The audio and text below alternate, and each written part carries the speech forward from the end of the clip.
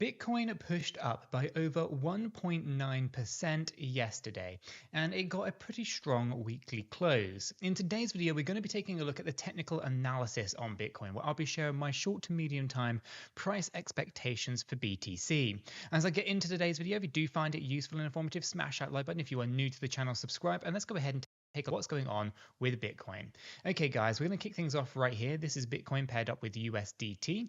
We are on the 1 hour Binance chart here. Now, following on from the previous Bitcoin video that we put out, I think it was on Saturday, we were literally looking for rejection from our 200 EMA and into a short position here. Okay, and you can see here that we're still running in a loss on this one. The stop loss is at 68,509, and that's for a very specific reason, because we have this yellow box area just here.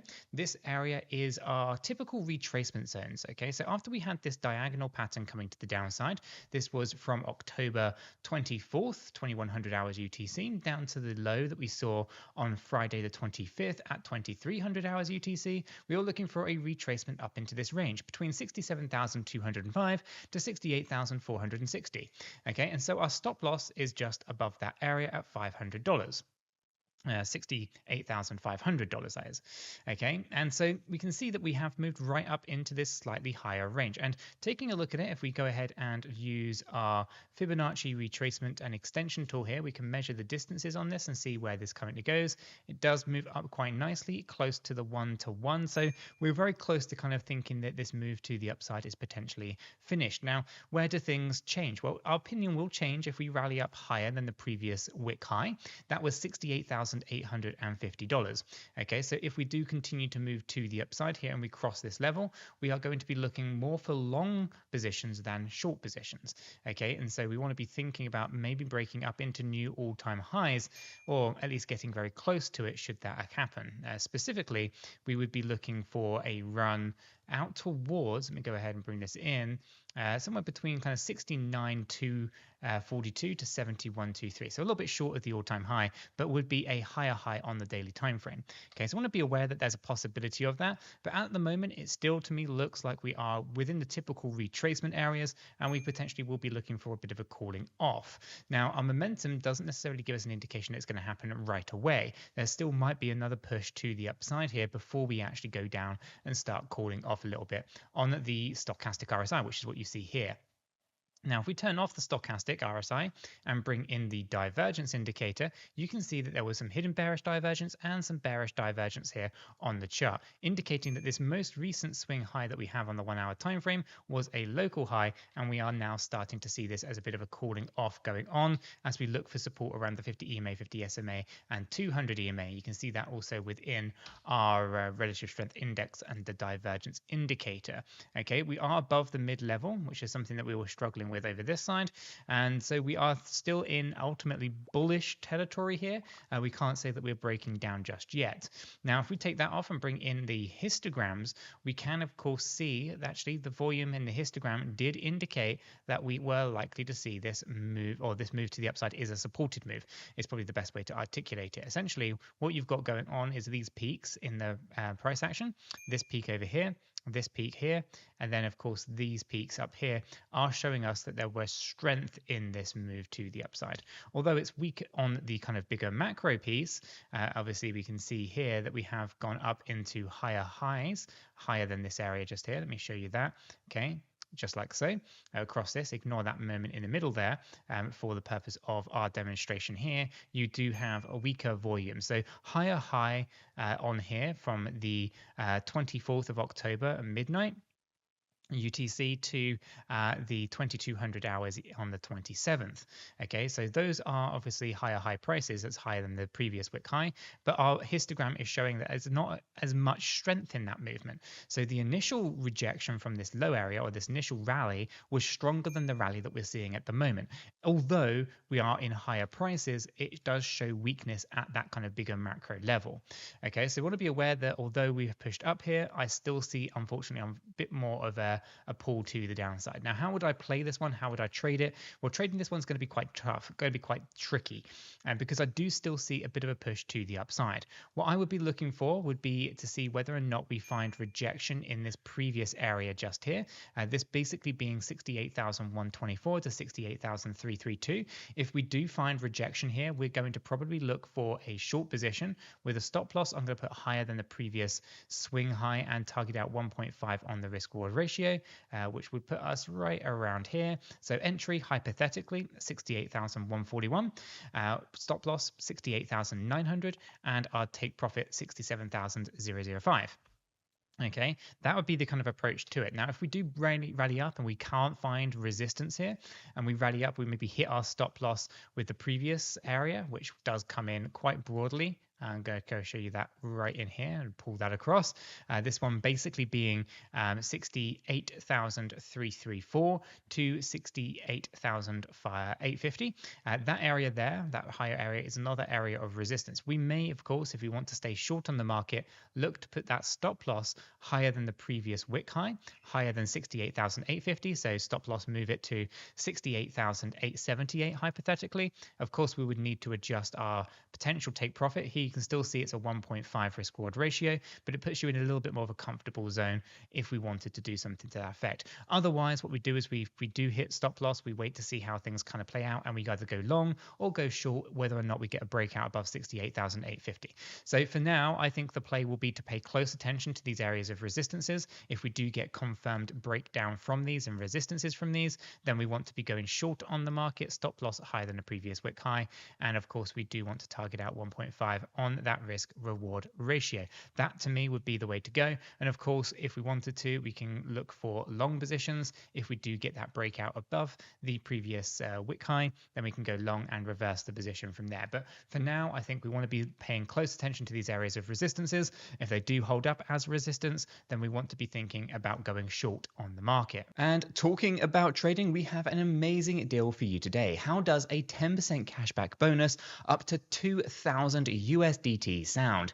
That's right, Blowfin is offering an incredible promotion, but it's only available to the first 100 users, so you'll need to act fast. Blowfin, a top cryptocurrency exchange, is giving new users a fantastic opportunity. When you sign up using the special link in the description, you can get a 10% cashback bonus up to 2,000 USDT in your futures account. And the best part, it's first come, first served basis. So the first 100 users to sign up will be the ones who can claim this bonus. Here's how you can jump in. Step 1, click the special link in the description to sign up to Blowfin. Step 2, once you're in, start trading futures. Step 3, you'll automatically get a 10% cashback bonus in your futures account, up to 2,000 USDT if you're one of the first 100 users to sign up. So what are you waiting for? This is a limited time offer, and only the first 100 users will get this incredible deal. Click the link in the description down below, sign up to Blowfin, and secure your 10% cashback up to 2,000 USDT before it's gone. Don't miss out on this amazing offer from Blowfin. Remember, it's first come, first serve. So hit that link in the description and get started now. Good luck and happy trading. Okay, so let's go ahead and roll this up into a daily time frame. On the daily time frame, we are in this idea of a short position.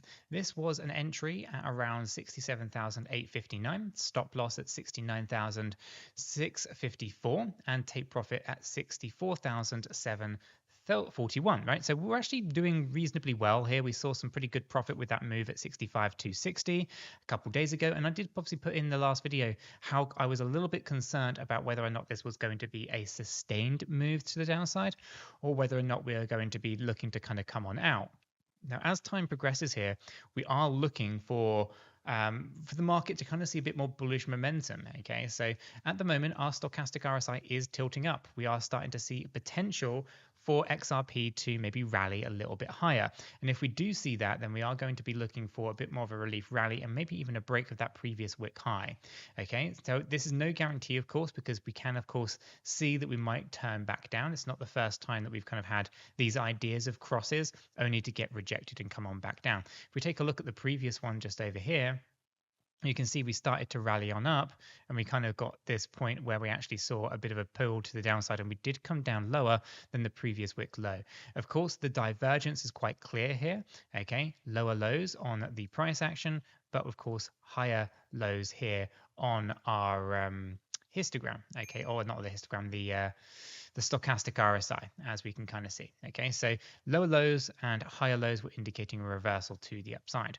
So at the moment, we can't rule out the idea here that maybe we do have another push to the downside where we actually end up with more divergences being noted on the stochastic RSI. Okay, so I want to keep an eye on that because it could potentially be a big trigger for a next big run to the upside. Outside of the stochastic, we do have bullish momentum still sitting here on the divergence indicator, with the relative strength index still sitting above 50. Again, it's come down a bit and it hasn't really had too much of a reaction to the most recent movement. So we want to be aware, currently sat at 59.52 at the point of recording, that this may change. It may still indicate more bearish times. At the moment, we don't have any cause for concern with this one. So just keep an eye on it and see how it kind of plays out. The histogram, on the other hand, is showing some interesting developments. Okay, so we can see here that we do have higher highs in price as we had this divergence right up here. Okay, at the same time as that is going on, we have lower highs on the histogram. So the move into the highs that we had around 20th and 21st of October were weak moves. Okay, they weren't strong moves, which is why we were talking about potentially going into the short and all that kind of stuff. Now, from the selling side, there isn't a huge appetite for selling either. Now, that may change, it may shift, it may move around a little bit, but we are, in my opinion, still potentially looking for more of a move to the downside here. So, you know, it's one of those, right? Our momentum here from the histogram is actually reasonable. I'm not terribly too concerned over what is going on. As you can kind of see here, right, our histogram for selling just isn't really that existence. It just doesn't really exist. Essentially, what I'm saying is that as time has progressed, the appetite for selling Bitcoin has weakened. But at the same time as that's going on, you also have the appetite for buying Bitcoin also weakening. And I spoke about this in the last video. Essentially, whilst we're in this ranging market here for Bitcoin, right, we've been in it really stuck in this range since March of 2024. Since we've been stuck in this range, our momentum histogram here is telling us that there is lack of appetite, if I can talk, lack of appetite for buying and a lack of appetite to sell. So whilst we're seeing that, the market's just kind of going to where the liquidity sits. This is going to change very, very soon. And that's kind of the concern that I had in the previous video. Potentially here, where we look for a bigger break to the upside for Bitcoin, because I do think that is what is kind of being foreshadowed. Okay, with the weakness in the selling and the weakness in the buying, although we have higher highs, we can argue that this is a massive divergence that's bearish. But at the same time, we can also see that there isn't a huge appetite for selling. Now, this is going to break one way or the other. We might have a knee-jerk reaction, a big kind of dump in the market, 60K wash out the weaker hands from the market before turning, or alternatively, with the US election just around the corner, we might actually find that the market's actually just waiting for an excuse to buy or an excuse to sell. And depending on the winner of the US election, we might have the perfect recipe or the perfect storm brewing where, you know, if Trump wins, we see massive green candles appear. And if Kamara wins, then we might see those big red candles really dragging the market down. Okay. Now, of course, depending on your political views, that might be the opposite way around for you. The sentiment generally in the crypto space is that if Trump wins, it's positive. And if he doesn't win, it's bad news, right? So for the most part, if we just run on the sentiment side of it, outside of kind of personal opinions, then we want to see, if we want to be bullish on the market, we want to see Trump win. And if you want to be bearish on the market, you want to see Trump lose, because you're going to get those knee-jerk reactions in the market which are going to be volatile, and the volatility is what you're going to capitalize in from trading. All I'm telling you at this point in the video is that the market is ready to go in either direction. It just needs an excuse to pull the trigger. Okay, it's either hit the buy button or hit the sell button. And the market, I think, is just patiently waiting for an excuse to do either of those options. Okay, so we've pushed up quite nicely here. We are in higher ranges. I am still looking for a cooling off, but we're not necessarily looking for it anymore. Like, I personally think that we should have cooled off more than we have, but Bitcoin has held up very, very well. Okay, our volume profile is obviously dropping down nicely, are very low as well.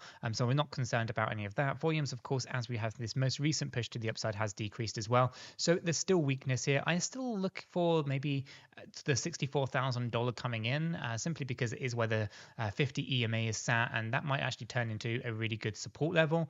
So I can't rule it out just yet, but it does look like Bitcoin is tracking quite nicely. The short position here, I still think that we potentially could have closed this off at the $65,000 for some decent profit. If you're still in it, or if we are still in it, obviously this is a hypothetical trade. It's not what I'm actually doing.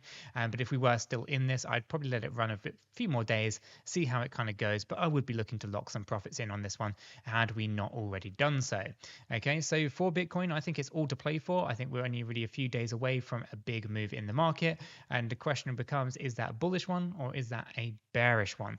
Of course, it's just my thoughts and opinions, but what are yours? Let me know in the comments down below, or join us in our free Discord server and we can continue the conversations down there. If you found this video helpful, give it a thumbs up and subscribe to the channel if you want to be kept up to date with all the technical analysis, latest news and insights into the world of crypto. And if you haven't done so already, guys, check that video out right there. It's not one that you're going to want to miss.